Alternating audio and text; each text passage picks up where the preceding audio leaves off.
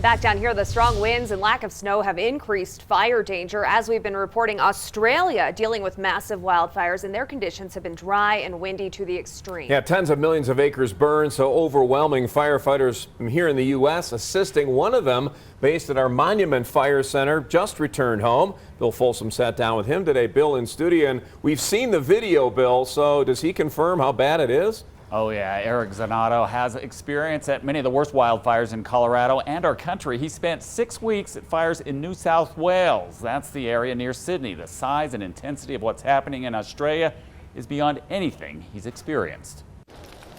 The acres burned in Australia into the tens of millions. So many wildfires, firefighters from the U.S. are helping. It includes fire pros from southern Colorado, including the Monument Fire Center. What's happening down there is unprecedented. It's pretty epic, and I don't know how you could possibly get prepared for what happened.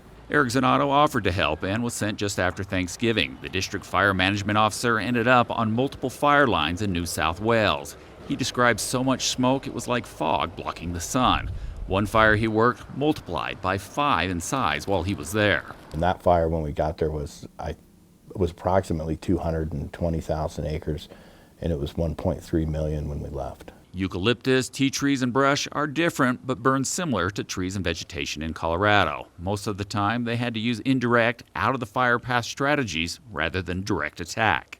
The fires were so intense, burning so rapidly that oftentimes direct wasn't really an option. It means picking battles and making tough decisions. Pick your highest priority strategy and protect what you can and save what you can.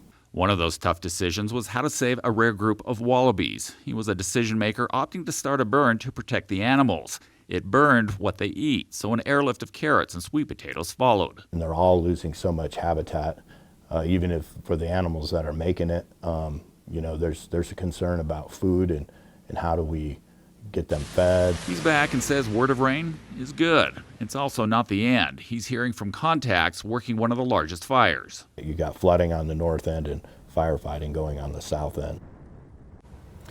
So Zanotto was there 6 weeks, and after a 16-hour flight and some jet lag, he was willing to tell us about his experience because it's so important. A long way away is now part of his world. There are numerous other firefighters from here in Colorado still there in Australia.